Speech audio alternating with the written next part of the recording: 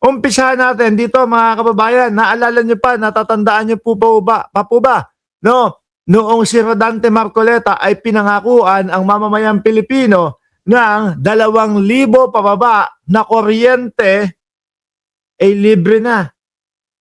Ginamit yan ni Marcoleta nung panahon ho ng eleksyon, ha? Kung maalala nyo mga boss Chipamo sir. Hanggang ngayon ho, wala pa din tayong naririnig patungkol dyan kay Rodante Marcoleta mga bossing. No? Ilang buwan na, ha?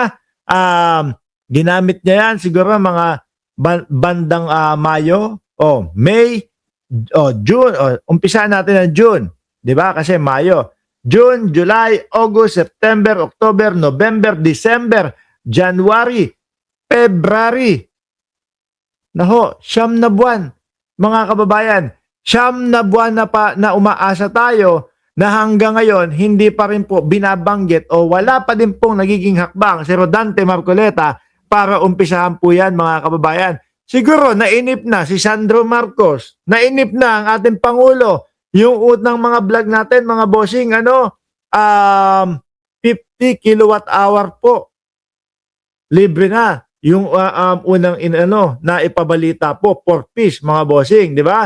Kay Pangulong Bongbong Marcos. Ngayon po, ngayong araw naman, mga kababayan, 5 oras makalipas, eto na yung kay Sandro Marcos. Sabi dito, Radyo Pilipinas, inihain ni House Majority Leader, no? Sandro Marcos ang House Bill number 2700 o Free Electricity sa for Low Consumption Household Act. Sa pamamagitan nito ay mapapatupad ng direct government subsidy upang malibre ang bayad na kuryente ng mga pamilya hindi hihigit sa 135 kilowatt hour, no? Ang konsumo o hindi lalampas sa 2,000 buwanang bill. Ayan, nainip na sa'yo, Marcoleta. Inunahan ka pa. Anak ng tokwa na yan. Ayan na ho, mga bossing ho, Chipamo sir. Kasi ho, naman talaga, iba yung talagang mga tao na talagang gustong tumulong at talagang gusto na maiangat at maiahon yung mga kababayan natin versus doon sa mga magsasalita po at gagamitin lang para sa eleksyon yung mga ganitong pahayag. Di ba, Janelle Van der Herst? Yung kay Marcoleta, halata naman ho, mga boss Chipamo sir na gusto lang manalo at kahit na alam niyang hindi niya kaya o hindi niya naman gagawin, ay sasabihin. Di ba? Mga DDS, anak ng putik kayo, Abang kayo ng abang kay Marcoleta, umaasa kayo kay Marcoleta, banat kayo ng banat, tira kayo ng tira.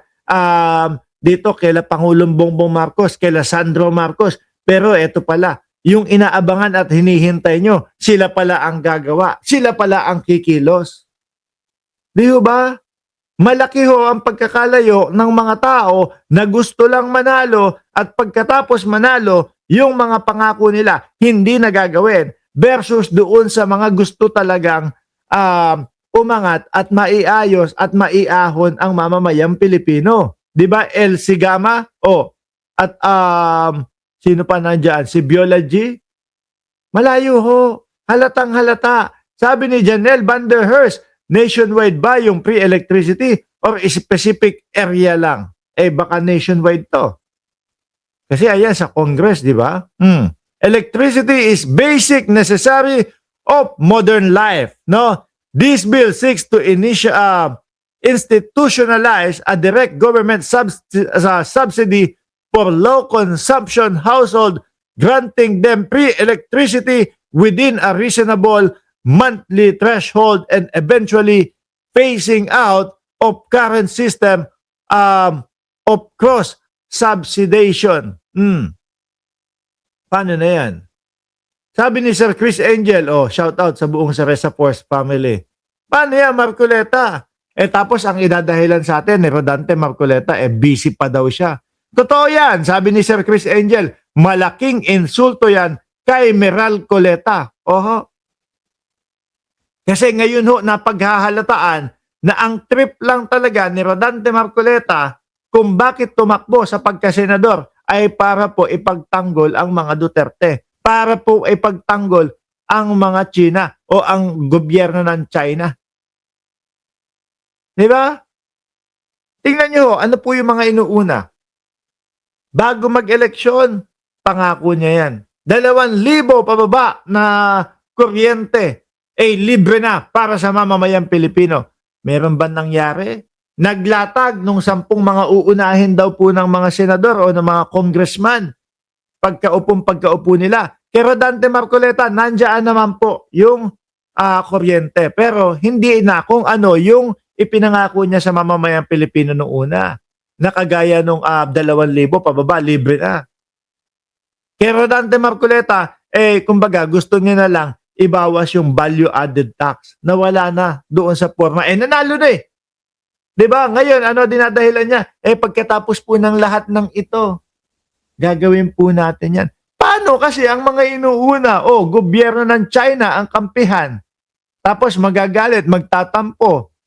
Parang bata na balat sibuyas na, tinatawag po nila kaming senador. Nasasaktan pagkatatawagin na senador.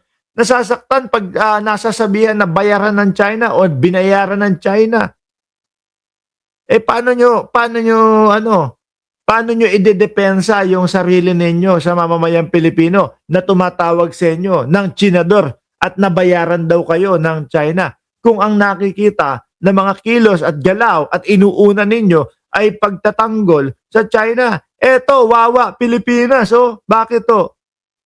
Imbis na kampihan ang Pilipinas, yung sa atin na mismo, na KIG, may mga tao na, may mga Pilipino na, merong mayor, may vice mayor, merong mga barangay officials, biruin mo, gustong isuko, gustong i-give up, tapos ngayon kung ano-ano pang dahilan ang sasabihin, kasi daw hindi niya naman sinabi yun. Kahit siguro ako ang kadebate ni Rodante Marcoleta, mahihirapan siya sa akin na ipaligoy-ligoy kung ano man yung gusto niyang interpretasyon doon sa kanyang sinabi Siguro kahit batang maliit No, mahihirapan si Rodante Marcoleta kahit na ano pa yung kanyang mga pagbabago ng posisyon, gustong baguhin yung sinasabi niya na kesyo daw iba naman ang tinutukoy niya. Wala siyang sinasabi na i-give up yung KIG. Sabi ni Music Story, Mark, dapat ikalit natin sa taong bayan. Fake ratings ni Sara Lustay. Lahat vlogger ni PBBM. Sige, gawin na natin hanggang... wala na akong pumapansin dyan, sir. Ano po, mga ma'am, sir, wala na. Hindi na ako pinapansin yun. Yung plus 28, si Sara Duterte, Vice Presidente, sa mga survey. Tapos si Pangulong Bongbong Marcos, pababa daw ang survey. Wala na akong naniniwala doon, mga kababayan. Baliktad naman po. Hinahayaan na lang. Sige, bahala kayo sa buhay ninyo. Pinagtatawanan na lang ho. Di ba, Tina B at Aurelia Adana? DDS lang ang naniniwala sa survey. Correct. Pag pinagbigyan pa natin ng madaming pansin yan, nako, baka maging totoo lang. Baka maniwala lang lalo yung iba. Okay? Rodante Marcoleta, sampal sa mukha mo to. No? Yung mga paasa mo, ayan, iba na ang gumawa. Si Congressman Sandro Marcos na. Iba talaga. No? Iba ka talaga, boy. Pagkatapos mong paasahin yung mamamayang Pilipino, wala na.